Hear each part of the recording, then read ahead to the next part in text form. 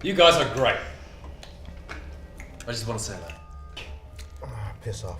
I bought a bunch of how-to books and just, got started screenwriting. And I'd mucked around with cameras a lot in the past, so I had to, pick up a camera and sort of learn how to, do it as an adult. Eventually I wrote a script I thought was a lot better than the others.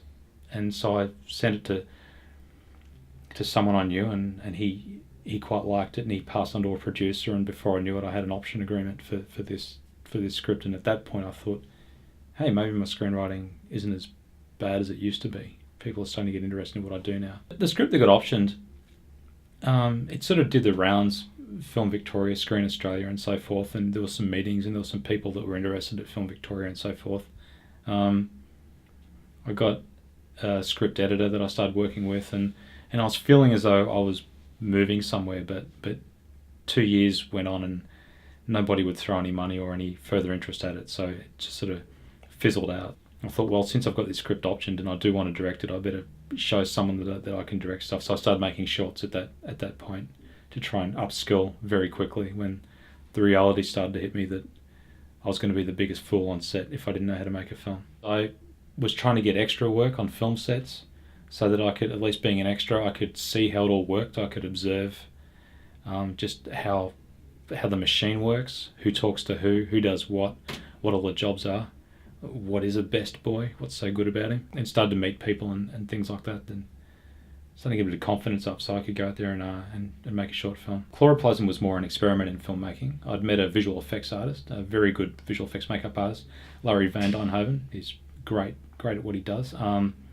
He sort of said that he'd make me a prosthetic and so forth. So it was just something that we shot in a single day in a single location that did the festival rounds. It showed at Trasharama, which I think is one of the greatest festivals in the world. It also showed at a lot of experimental video art things like Pika in Perth and places in... The Germans love it. I don't know why. It did well in Germany. I read a lot of German reviews about it. That's bullshit. No one frolics like the Lord. 2 years afterwards, did Heartbreak Motel. That was sort of where that whole option thing had sort of fizzled out. And so Heartbreak Motel, I thought, yeah, I actually need to make something a little less ambitious than the first one. Just try and get some more skills and so forth. And that got into Edinburgh International Film Festival as well as Melbourne International Film Festival. After the second option script, I did think, yeah, it's been 2 years, and then also another year of me trying to push this project by myself. I just ran out of steam. I couldn't do it by myself. And I just went back and rethought what I was all about. I said, you know what, I really need to take a reality check here and go, I'm not the $1 million script kind of guy. I'm not the $500,000 script kind of guy. I'm the $50,000 film. Why, you little hippie shit!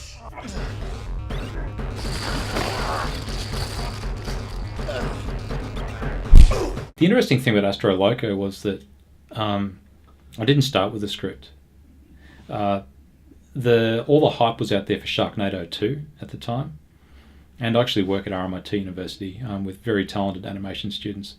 And I looked at Sharknado and I thought, my students can do that. We've just introduced this thing at RMIT that they call the studio model, where they encourage people to bring in outside projects and things like that. So I thought he's a really good opportunity to make a film and have students do visual effects. I thought everybody wins. So I pitched that. I pitched that. I said, let's make a film.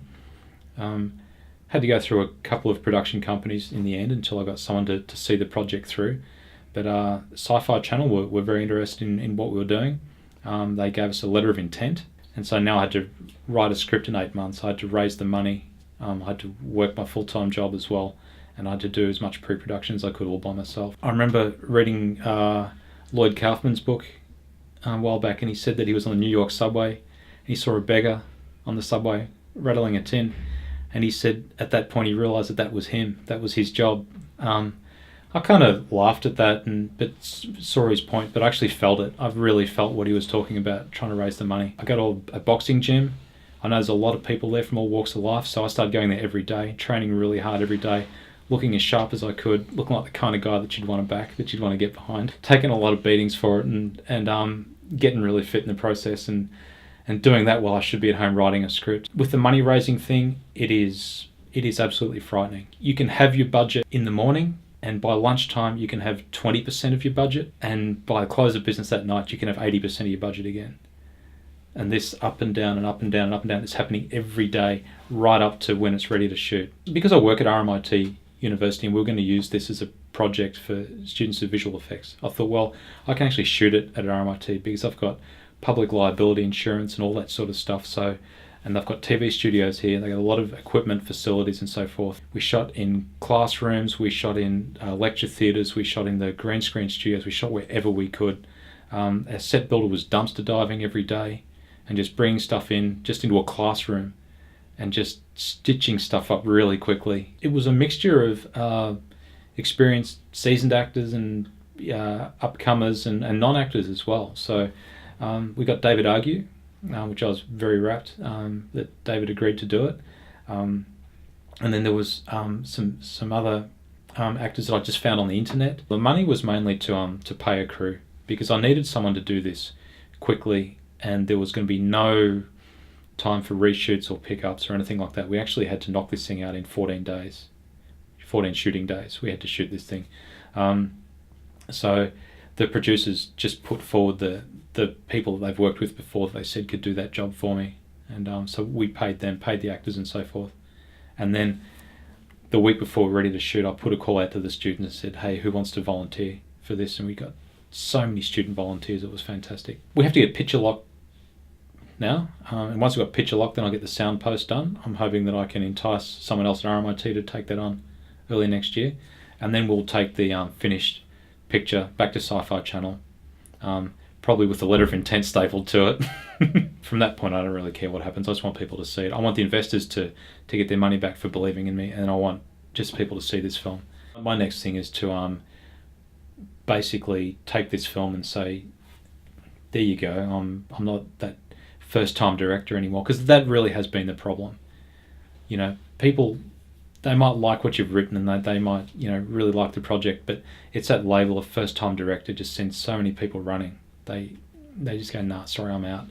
And I think that's been the problem with those other option scripts. It wasn't that the producers didn't work hard. I think they were trying to sell me the unsellable. So I'm actually hoping that this film just gets rid of that stigma, and then I'm sort of a bit freer to shop things around with a little more confidence.